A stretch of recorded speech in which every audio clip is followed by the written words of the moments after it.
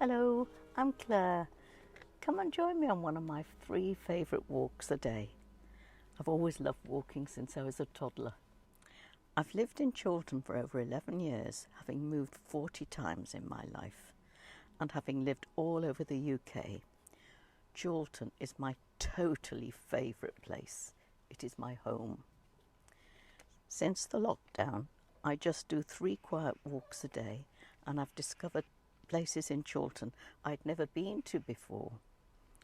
For safe social distancing, I choose quiet roads and cul-de-sacs where there are not many people around. One of these favourite walks is a cul-de-sac called Williston Close. Approaching it is a very pretty flower bed which seems to belong to all of the residents of the close. The walk follows round the beautiful high trees right next to Chorlton Brook. First, there is a bush full of ripe blackberries and more further round. This is followed by a bare tree with an amazing trunk like a sculpture. 2 more a bit further on, and one looks like someone with a huge mouth and 2 outstretched arms, like someone singing and dancing. Further on, there is a view of a lovely back garden with rainbow-coloured bunting for the NHS. When turning round, there is a lovely view of reflections of the light on the brook. Chorlton Brook flows to the River Mersey, which leads back to Liverpool, where I was born. It must have brought me here. Now I could sail back along the Mersey, floating on memories, but I'm never leaving Chorlton because I love it so much. You could be in the countryside in such a lovely area. Part of the wonderful city of Manchester, Chorlton is a great, lively place to be. I love Chorlton Good Neighbours activities and friendliness, and of the good work they do for people. I am so happy here.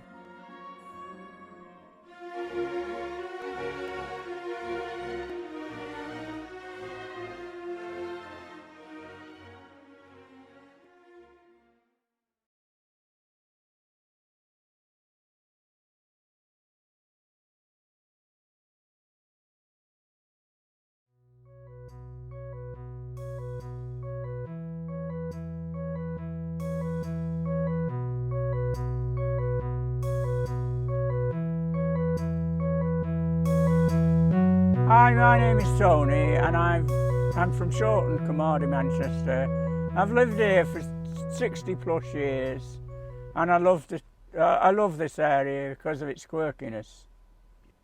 It will always be Chorlton, Carmarthen for me, never just Chorlton. The feature I like most about Chorlton, Carmarthen is its quirkiness. For a century and a half now, it's been in a constant state of redevelopment, mixing the old and the new. It is now a vibrant modern community with many cultural activities, but it has managed to retain some of its historical charm. Not only do we have a double-barrel name, but we also possess 2 town centres.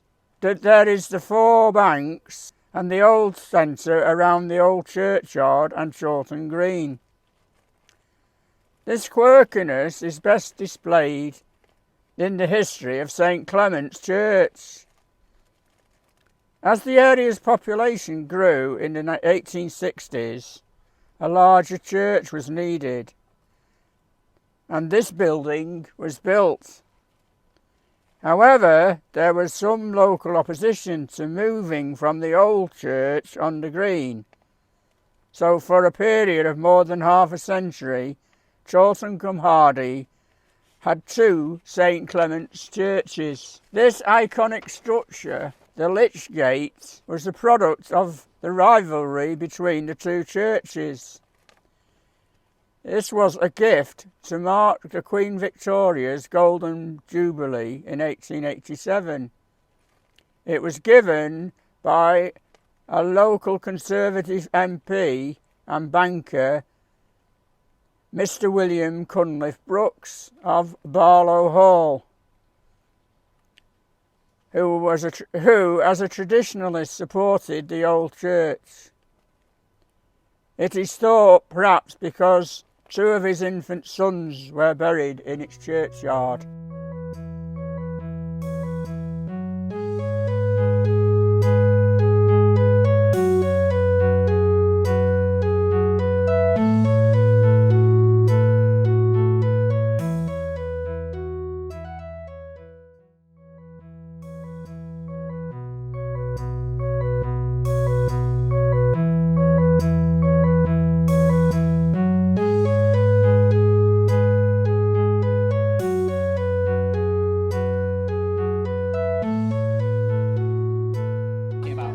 Oh, the shops I like to go in. I like to go in the precinct quite a lot. And the first shop is the art shop. And I do a lot of get material from there and paint and to do my painting at home. And I quite like the people in there. They're very nice to speak to and make me feel at home in there. Sometimes I go to have my hair cut in Casedales, and they are United fans and I'm an Arsenal fan, so they wind me up while they're cutting my hair about Arsenal and how good United are. And I just go to sleep because I don't agree with it. But we just have a little rapport about a social argument. It just passes the time. And I like going in there. They're really nice. So I come up with a good haircut. Oh yeah. I go into Electric quite a lot on Bonmore Road and they're very nice and they make me feel at home and I just have a coffee in there or a tea and they're very nice. I like going in there and sometimes I meet people in there and say hello and stuff because it passes the day. Okay, have fun.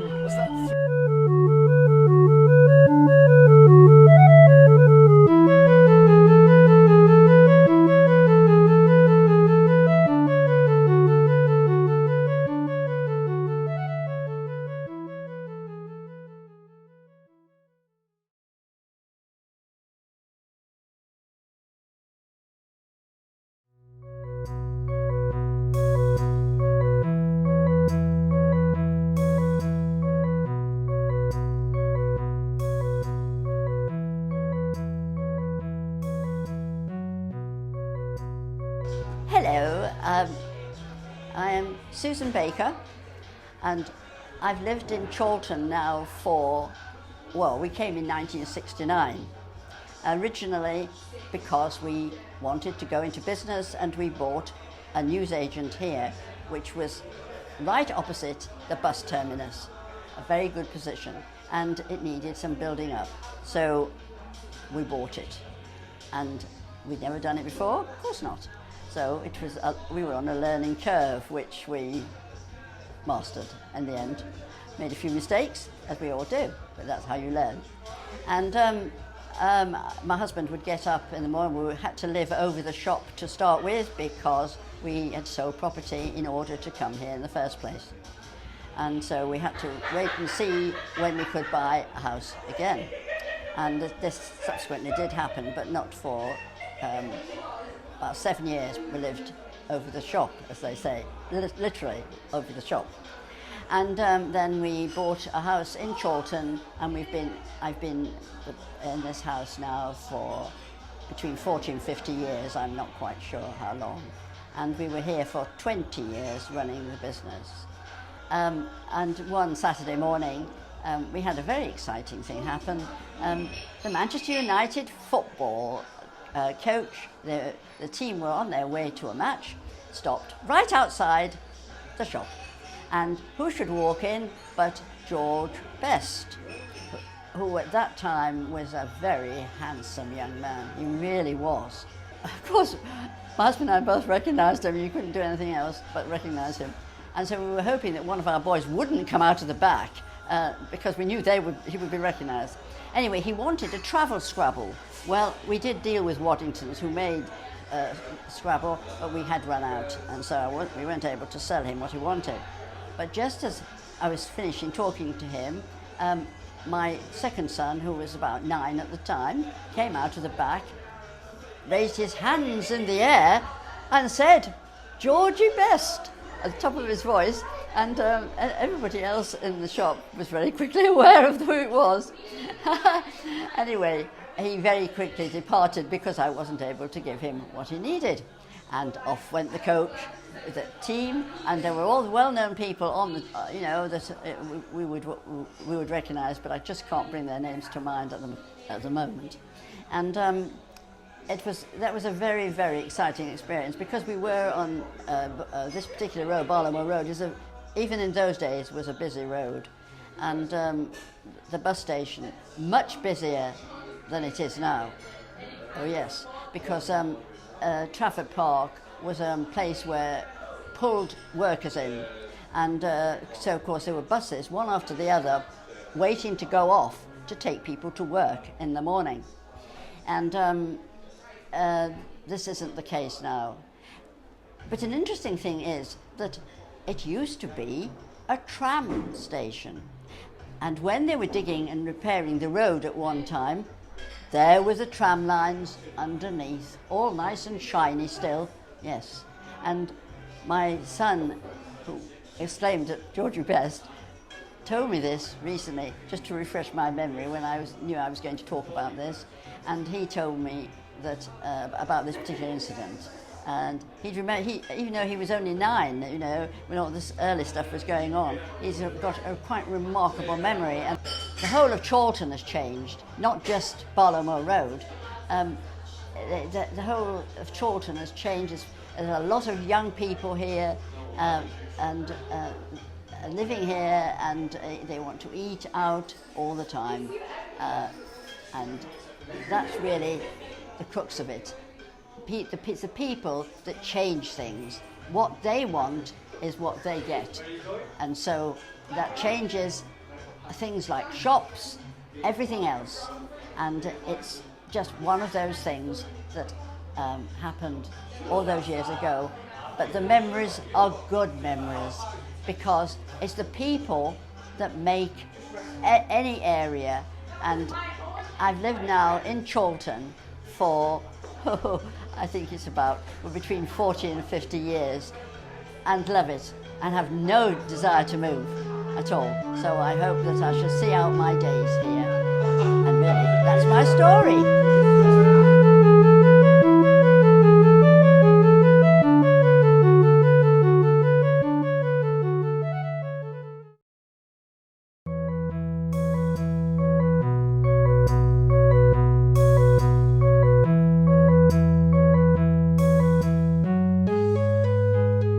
This is the first time I've been to a cafe for 6 months, since the lockdown, in other words. I've been other places, but there's a fear factor that one has to overcome in all situations. This morning I thought I might cry off because it was beginning to get to me a little bit. But I went for a walk in the neighbourhood where I live in Didsbury, and I know most everybody around. Plenty of them were out and about, and I asked them if they were feeling the same way as me about breaking this fear barrier down. Because I said to them, I'm starting to feel like a bit of a wuss, you know. So they said, Ray, don't worry about it, because we're feeling exactly the same way. We haven't been to a restaurant. We haven't been to a cafe either because of this situation with the virus. So that kind of reassured me a bit. So by the time I was ready to come out here, the reassurance I'd had from other people meant that I came here without so much trepidation. And of course I know everybody here anyway. It's not as though I'm a stranger. It was just the fear of the virus. Because I'm at an age now where catching it would not be a good thing. And if I get it, I've got a wife, I go back, she's going to get it. She's going to get it too. So I have a moral responsibility to keep safe, as she does with me. So that's another factor you have to bear in mind. But overall, I've got into the routine of conversation, but that never ended anyway, because I've always got lots of people in Didsbury I can talk to at a distance. So that for me is not the social issue I have. Getting involved in conversation again, it's just this darn virus thing. Yeah. Well, of course I work here, so every Thursday I came here every single week. But I also go to Unicorn. My wife likes the stuff they sell there, so I would come here in the car every now and again. The Barbican, she likes the Barbican as well. So even though I live in Didsbury, this is kind of my second home. And I always bump into people I know in Chorlton. If I came on the tram, because my wife would say, do you know everybody around here? I said, well, not quite. So it's not a problem coming here. And I work in Didsbury as well with people there, giving them lifts in my car. And I'm really missing that, because I'm a born show-off. And when Arthur wasn't doing the coffee morning here, I would do it as his understudy. And I run the coffee morning in Didsbury every week.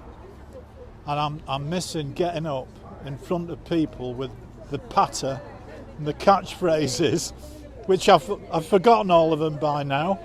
I'm going to have to relearn and boost my confidence back up again when this is all over.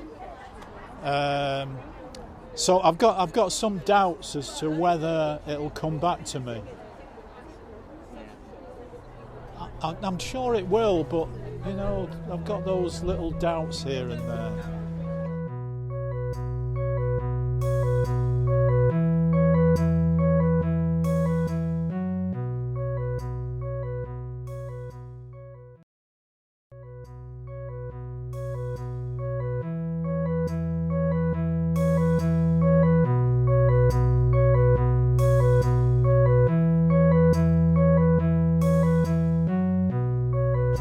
I'm Helen from Chorlton Good Neighbours, and the thing I love about Chorlton is all the different cafes there are and that cafe culture.